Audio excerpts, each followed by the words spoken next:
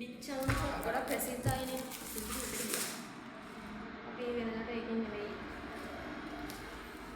Milk ෂේක්ස් ගන්න වෙන එකකින්. හැබැයි අපි අද මේක try කරන්න ඕනේ කියලා හිතුවා. අපි ගත්තා දෙකක්. මේකට 10කට අඩුවෙන් තමයි ගියේ. මේක ස්ට්‍රෝබෙරි මිල්ක් ෂේක් එකක්.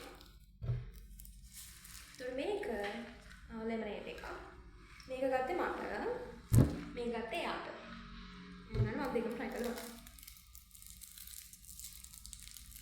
මේක දාලා දෙන්නකෝ. මේක දාලා දෙන්නකෝ.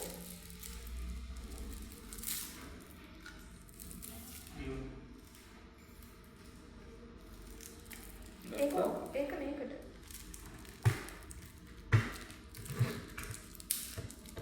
ඔකේ. කටින් ගැලුවා. මම බලන්න යන්නේ මේ ස්ට්‍රෝබෙරි මිල්ක් ෂේක්. හරිද? මේක මේ අයිස් එක ගොඩක් දාලා වගේ නෙවෙනවා.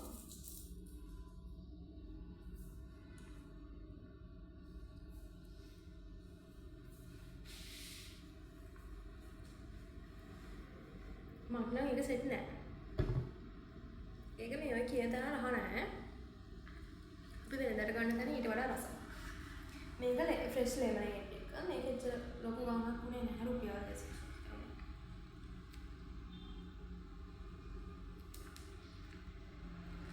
මේ දෙකෙන් ගත්තාම මේක ගොඩක් චීප් එක. මේක තමයි නිකන් වැඩි ගාණක් දීලා ගත්තේ.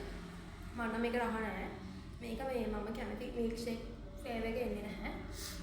මේක මාරම රහයි. මේක ඇත්තටම මේ ෆ්‍රෙෂ් ලෙමනේඩ් රහක් එනවා. සීනි ගොඩක් අඩුයි.